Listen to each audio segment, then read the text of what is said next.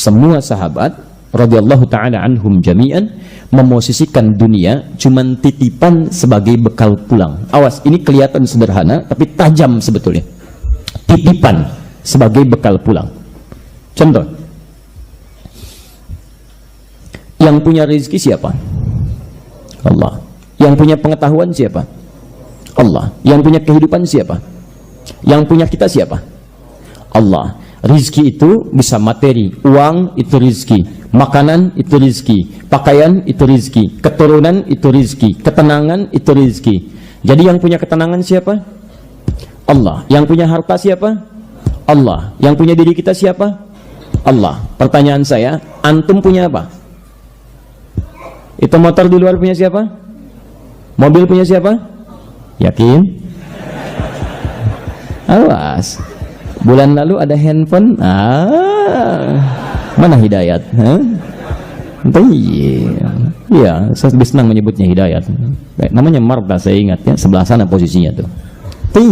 Antum tetap Salman Al-Farisi, Firaun. Kenal dengan Firaun, kenal. Ralat. Teman-teman, ayo cek. Katanya antum merasa semua punya Allah. Berarti kalau punya Allah, antum itu hanya dititipi. Baik, ingat hukum titipan. Antum harus paham hukum titipan.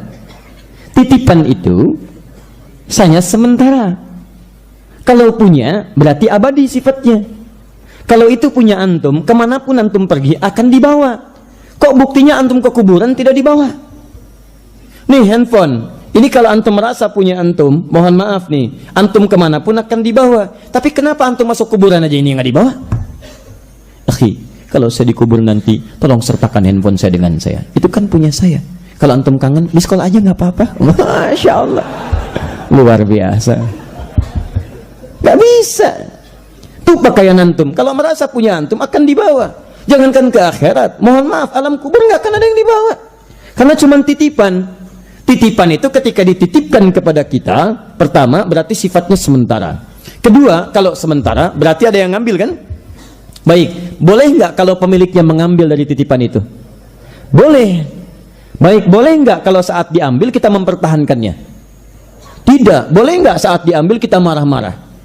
Aneh. Aneh. Makanya rumus titipan itu ketika dititipkan harus siap diambil.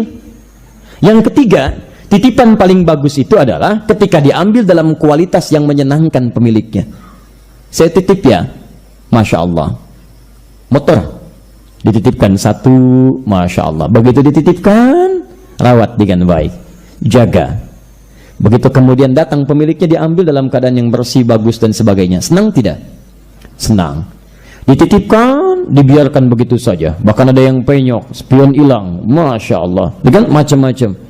Antum datang mau mengambil, keadaan tidak menyenangkan. Bagaimana perasaan antum? Alright. Sekarang pertanyaan saya, mohon maaf, bagaimana Anda menyikapi titipan Allah? Dan yang paling berbahaya adalah ketika seseorang merasa titipan itu bagian dari kepemilikannya, maka itu akan berdampak pada ketidaktenangan dalam kehidupannya. Orang yang merasa memiliki tidak siap ketika diambil oleh pemiliknya. Contoh, seorang sahabat, ini kisah nyata, akan berjuang, anaknya sakit, hebat sekali manhaj ini.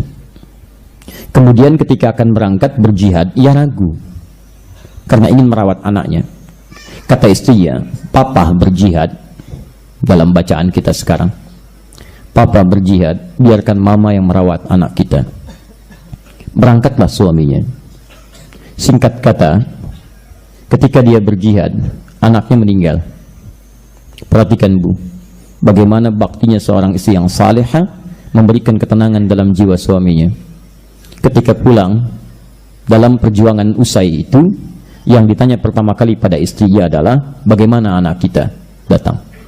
Kata istrinya, papa kan baru datang, mandi dulu, istirahat dulu, makan dulu. Anak kita itu sudah istirahat dengan tenang, sudah tidur dengan nyaman. Maka suaminya merasa tenang dengan ucapan itu. Kemudian beliau mandi, kemudian beliau makan yang sudah disiapkan, dan malam bertanya lagi. Saat ngobrol berdua dengan istrinya, ingin menengok, bertanya, bagaimana anak kita? Istrinya bertanya, duhai suamiku sayang, saya punya persoalan. Apa itu?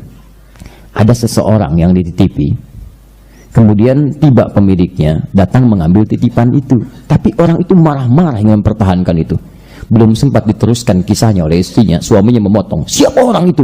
Tidak punya adab, tidak sopan, itu kan bukan milik dia, kenapa mesti marah-marah? Masya Allah. Maka istrinya dengan tenang menyampaikan, suamiku sayang, pemilik anak kita sudah mengambilnya, dan selesailah tugas kita yang dititipkan olehnya. Maka seketika itulah diam suaminya, mengalir air matanya, dan mohon kebaikan kepada Allah Subhanahu wa Ta'ala lantas memeluk istrinya dan menguatkan pasangan hidupnya itu. Lihat baik-baik teman-teman sekalian, menangis itu wajar karena itu nilai kemanusiaan. Tapi jika setiap orang sadar bahwa semua apa yang hadir di hadapannya titipan, mudah bagi dia untuk melepaskannya saat tugasnya sudah usai. Di manhaj pertama, antum mesti memahami semua titipan yang ada pada diri kita cuman sementara. Kalau seperti itu ringan hidup kita, nyaman teman-teman. Coba lihat tukang parkir itu, hebat manhajnya. Kadang-kadang mesti ditiru. Ya, tidak ada orang tukang parkir ketika kedatangan BMW, misalnya Mercy, Ferrari, Lamborghini, macam-macam, nggak ada yang bangga. Begitu datang, prit, masuk, sama. Mau angkot, mau Ferrari, sama. Saya belum pernah temukan ada tukang parkir samping Ferrari, ceklik, Masya Allah, di depan Ferrari, bukan punya kamu. Ya, dan hebatnya ketika Ferrari itu meninggalkan dia tidak pernah sedih. Saya belum pernah lihat tukang parkir menangis ketika Ferrari pergi. Ferrari, Masya Allah, nggak ada. Coba Lamborghini, ada aja biasa. Begitu 2.000, 5.000, terima kasih bos tuh, Masya Allah, lewat. Dia biasa aja. Antum, Masya Allah, sudah dititipi, dapat pahala lagi, kasih lagi, Masya Allah. Dan hebatnya, bedanya Allah dengan manusia. Antum kalau dititipkan, dikembalikan titipan dalam keadaan baik, apa respon orang yang menitipkan? Saya nitip handphone nih, begitu dirawat dengan baik, diambil, bagus handphonenya, bersih. Bagaimana kemudian respon saya kepada yang menitipkan tadi? Terima kasih. Mengucapkannya terima kasih. Terima kasih. Allah tidak. Begitu antum bersyukur dengan titipan, ditambah oleh Allah. La in syakartum la azidannakum. Begitu di akhirat dikembalikan jadi milik antum selamanya. Dan lebih baik daripada keadaan yang saat di dunia. Nah, sekarang saya ingin tunjukkan kepada antum, ini 4 titipan pokok. Antum mesti hati-hati. Manhaj ini yang antum gunakan seperti sahabat Abbas radhiyallahu ta'ala anhu. 1. Ada yang dititipkan tenaga.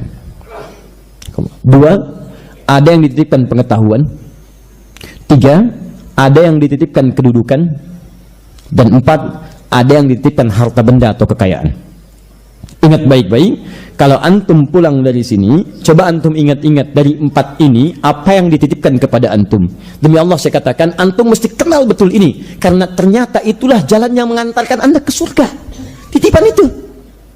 Anda dititipkan pengetahuan, dengan pengetahuan itu, anda bisa meningkatkan ketaatan kepada Allah dengan memahami itu dan menyampaikannya. Turunlah kemudian Quran misalnya, surah ke-47 ayat 19. Fa'lam, maka harus ada ilmu, annahu la ilaha illallah, untuk menetapkan tiada Tuhan selain Allah. Anda mencari ilmu, Quran surah 9 ayat 122.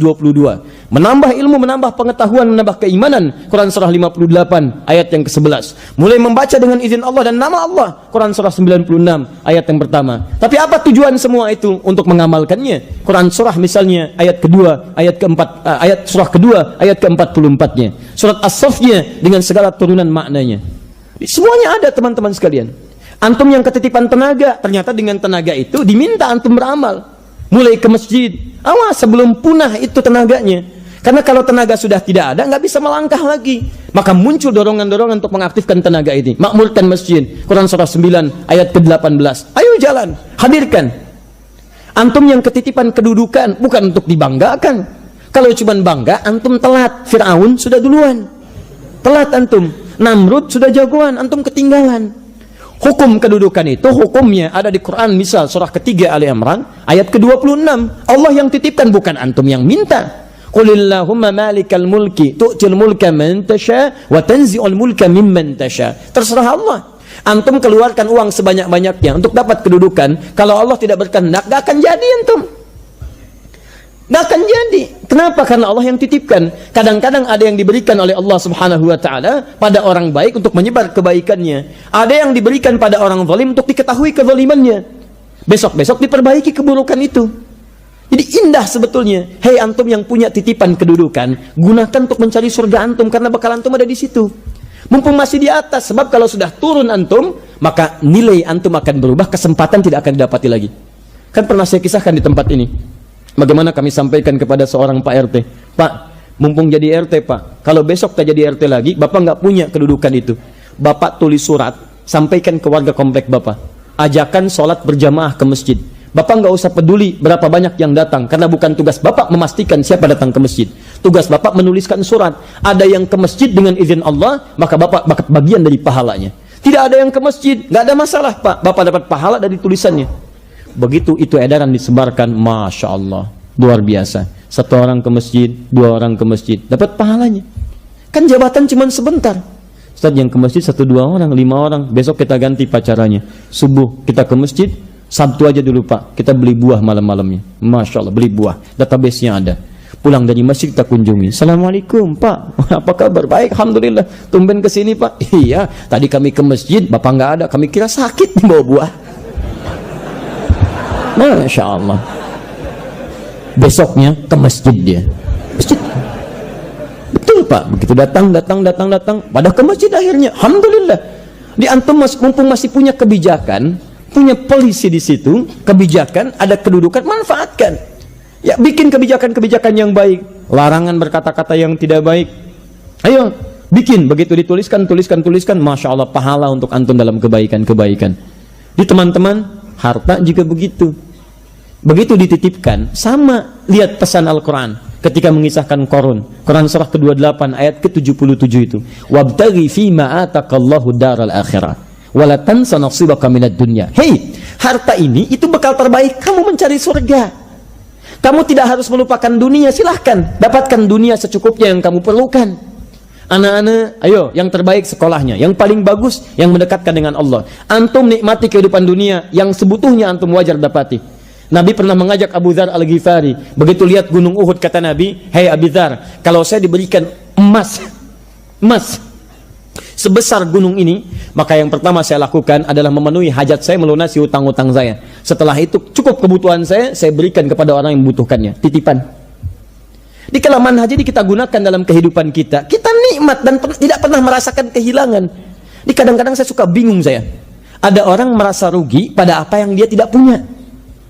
Aneh itu. Kan yang punya Allah dititipkan pada antum. Kenapa ketika Allah ambil antum merasa rugi? Kalau antum yang punya, antum boleh merasa rugi. Tapi kalau Allah yang punya, Allah akan kehendaki bagaimana harta itu menjadi pahala untuk antum. Makanya mumpung masih ada kesempatan, gunakan pada yang terbaik. Kadang-kadang jalannya dibuka oleh Allah Subhanahu wa Ta'ala. Antum cuma ikhtiar aja. Mohon maaf ya. Kadang-kadang maaf, ikhtiar itu bisa positif, bisa negatif. Positif, sedekah, infak, gunakan yang baik, ya buat perusahaan yang baik, buat dagang yang baik, yang tanpa ribanya misalnya, sebarkan orang bekerja tempat antum dapat pahalanya. Itu teman-teman. Ada lagi yang kelihatan negatif, tapi sebetulnya banyak kebaikan di situ.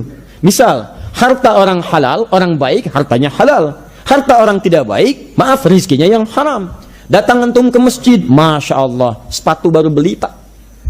Dan antum baru berhijrah, saya ingin berhijrah ya Allah, Masya Allah, pakai sepatu baru. Datang ke Aqabah, pulang dari Aqabah, hilang sepatu.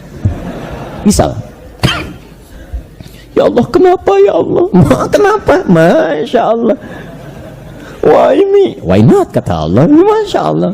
Kenapa saya? Karena kamu yang terbaik. Ada cara Allah membuat sebagian harta kita itu jadi pahala untuk kita. Apa diantaranya? Maaf, diambil oleh Allah Subhanahu wa Ta'ala, selesai tugas antum. Sepatu baru itu akan bersaksi di hadapan Allah Subhanahu wa Ta'ala pernah dipakai ke masjid. Sudah, titipan sepatu itu buat mengantarkan ke masjid. Jadi tidak pernah digunakan dalam hal yang maksiat, yang tidak baik. Alhamdulillah, kalau cara baca antum seperti ini nggak akan mengeluh antum. Enak. Tapi jangan dibiarkan begitu juga, keenakan pencuri nantinya. Maksudnya antum ikhtiar dulu, cari, tanyakan, gak ketemu, alhamdulillah. Sepatu ini mengantarkan anda ke masjid. Rizkinya pencuri yang haram, ketika dia ngambil dosa dia. Tapi tugas antum selesai. Sepatu itu yang bersaksi untuk antum, nyaman, antum enak, tenang. Di teman-teman, kadang-kadang husnudzan kepada Allah penting dalam setiap keadaan. Kelihatannya tidak menyenangkan, tapi begitu dijalani, antum cuma ikhtiar, jangan fikirkan yang tidak menyenangkannya. Kami di Pontianak kemarin, Pak, schedule kami Ahad sore kembali, tapi Allah berkehendak lain. Ingin hati terbang ke Jakarta, kehendak Allah itu yang kami ikuti. Tetap bertahan di Pontianak. Tiba-tiba, Masya Allah, kasih hujan. Baru pertama kali terjadi hujan, banjir runway-nya, nggak bisa dilewati pesawat. Yang take off, yang landing nggak bisa. 4.000 orang nggak bisa terbang. Disitulah terlihat bagaimana kebeningan iman itu bisa didapatkan. Ada orang marah-marah, macam-macam. Kenapa begini? Kenapa tidak terbang? Sudah tahu banjir, kenapa tidak terbang? Masya Allah, aneh orang. Antum itu ada kaidah mengatakan begini: kalau sesuatu sudah diatur, antum jangan ikutan mengatur. Tuh. Dan yang kedua, jangan pernah buang energi pada yang sudah pasti. Misal, mencela perbuatan tercela. Itu nggak ada kerjaan. Sesuatu yang sudah tercela, nggak usah dicela lagi. Antum buang-buang waktu. Lebih baik didoakan pada kebaikan. Sama dengan merasa bangga pada pujian yang tidak ada. Kata antum, segala puji milik Allah. Kenapa pengen dipuji? Gak usah pengen dipuji, karena antum itu tidak punya pujian. Bangga pada pujian sama dengan maaf, tidak ada kerjaan. Seperti marah saat dicela pada sesuatu yang kita tidak miliki. Antum dicela orang, antum tidak punya celaannya, antum gak usah marah, karena antum tidak punya celaan itu. Paham ya? Sama. Kasih banjir, kasih hujan, alhamdulillah, gak usah marah. Emang pesawat gak bisa terbang? Antum mau marah pun tidak membuat pesawat terbang. Antum marah tidak terbang juga. Jadi lebih baik ikuti hukum Allah. Apa yang terjadi? Masya Allah, Ustadz mohon maaf. Apa ya, mohon maaf. Lebih baik kita nikmati karunia Allah subhanahu wa ta'ala. Akhirnya Masya Allah, dengan tidak terbang itu kepiting datang. Udang Pontianak, Masya Allah, durian Pontianak, makanan khas, dibawa makan di kapal lewat sungai Kapuas. Masya Allah. Saya sampaikan teman-teman di sana, termasuk pada teman penghafal Quran, akhi, kalau semua yang tidak terbang itu tahu dengan tidak terbang akan makan kepiting, akan banyak berdoa orang di Allah mudah-mudahan tidak terbang. Hikmat. Jadi kalau kita cuma baca dengan bahasa-bahasa logika kita, capek kita. Husnudzan itu penting, tapi pada tempatnya. Pada yang harus ada tindakan, lakukan dengan tindakan. Ibu naik bis, di bis ada preman, Masya Allah, tangannya tiba-tiba ke dompet orang lain begini. Husnudzan aja kepada Allah. Bukan husnudzan, itu maling namanya. Tindakan di situ, copet, jelas. Tapi pada sesuatu yang sifatnya wajar, kita lihat dengan iman, gunakan iman kita. Itulah Abbas. Dan yang paling hebat adalah, ini yang paling penting, titipan keluarga yang berkumpul 4 hal tadi. Nah, Abbas ini salah satunya menggunakan titipan dunia dari Allah untuk bisa memperbaiki keluarganya supaya dekat dengan Allah. Karena yang dibawa ke akhirat nanti itu bukan titipan dunia yang 4 tadi, itu cuma bekal. Yang bisa kita bawa salah satunya mengantar ke surga, itu keluarga besar kita. Saya berikan kabar baiknya, Quran surah 13 ayat 23 sampai 24. Perhatikan baik-baik. Jannatu adnin yadkhulunaha, Allah siapkan surga Aden dan ada orang-orang yang akan memasukinya. Wa man salaha min abaihim, dan orang-orang soleh dari ayahanda dan ibundanya, orang tuanya. Jadi ketika masuk surga, ayah ibu antum ikut bareng-bareng nih. Wa azwajihim, pasangan-pasangannya. Jadi kalau suami istrinya ikut ke surga, bapak ibu suami, bapak ibu istrinya. Wa dzurriyyatihim, dan semua keturunannya, bukan aulad. Kalau aulad anak-anak, kalau dzurriyyah anak punya anak lagi, punya anak lagi, punya anak lagi sampai berakhir kehidupan. Sepanjang mereka saleh, salatnya saleh, maka ke surga bersama-sama.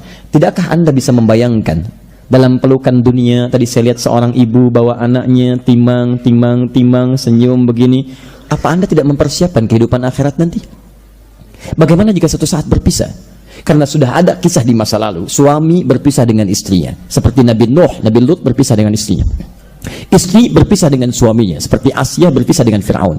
Kisah itu ditampilkan pada kita bukan untuk jadi cerita, tapi supaya antum menata manhaj hidup antum. Jangan sampai antum seperti itu. Maka itulah dibaca oleh para sahabat. Umar bergerak menata anaknya, Amr bin As menata anaknya, Abbas menata anaknya, mau laki-laki mau perempuan. Malik meninggal, istrinya Malikah, anaknya Anas ditata lagi oleh ibunya, single parent. Maka Abbas menjadikan aset kehidupannya untuk bisa membawa aset keluarganya. Beliau menginginkan bukan cuma saya yang soleh sendirian, anak saya, keluarga saya, kerabat saya, yuk masuk surga bersama-sama. Apa antum tidak membayangkan nikmatnya melihat senyuman anak kita tiba-tiba berpisah di akhirat nanti? Dan itu abadi. Kalau berpisah dunia, besok kita lihat. Tapi kalau berpisah akhirat, kapan antum bisa lihat lagi? Dan tidak sedikit kemudian orang ingin kembali ke dunia untuk beramal soleh. Quran surah 63 ayat 9-10. Fa'asaddaqa wa akum minas salihin. Ya Allah, beri kesempatan ya Rab untuk mengerjakan amal soleh lagi. Kami ingin bekal ya Allah, kami ingin bekal ya Allah. Kenapa antum tidak menyiapkan itu semua? Maka teman-teman, Abbas menyiapkannya. Beliau aktif dalam pekerjaan bisnisnya, tapi masih punya sempat waktu untuk ikut ta'limnya Nabi, sampai hafal 200 hadis. Nah, saat tidak sempat ke majlis Nabi inilah beliau investasikan anak bungsunya Abdullah untuk menggantikan hadir di majlis Nabi. Perhatikan, Abbas itu punya anak sulung namanya Fudail. Itu dikhidmatkan pada Nabi, membantu kehidupan Nabi. Antum tahu kisah Nabi saat akan meninggal? Bukankah beliau wafat di pangkuan Sayyidah Aisyah radhiyallahu ta'ala anha? Kan beliau berwudu dulu kan? Pertanyaan saya, siapa yang membawakan air wudunya? Kalau tidak tahu katakan. Baik, siapa yang membawakan air wudunya? Bukan, wallahu a'lam. Yang membawakan air wudunya adalah Fudail radhiyallahu ta'ala anhu, anaknya Abbas. Dia yang sulung dikhidmatkan membantu Nabi, yang bungsu mengambil ilmu dari Nabi SAW. Karena dia belum bisa membantu Nabi lahir itu, maaf, usia beliau sebelum hijrah 45 tahun. Wafat Nabi dalam usia beliau 13-14 tahun. Maka saat bapaknya kemudian bisa ta'lim dibawa anaknya. Anak itu ketika dibawa mengukirnya seperti di atas batu, lebih tajam ingatan dibanding bapaknya. Bapaknya nyatat belum tentu benar catatan, anak nggak nyatat, hafal itu. Hafal. Saya pernah mengajar di Bekasi. Begitu mengajar, ada anak terlihat aktif, dia naik kursi ini itu. Bapaknya merasa malu, dibawa dari ruangan masjid keluar.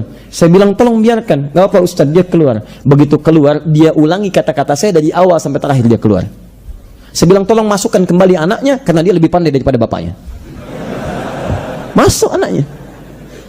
Itu luar biasa teman-teman sekalian. Maka Abdullah kecil dibawa. Beliau sibuk disimpan di majlis Nabi. Karena bergaul dengan orang soleh, dan tidak ada orang paling soleh kecuali Nabi, maka muncullah kecintaan kepada orang itu.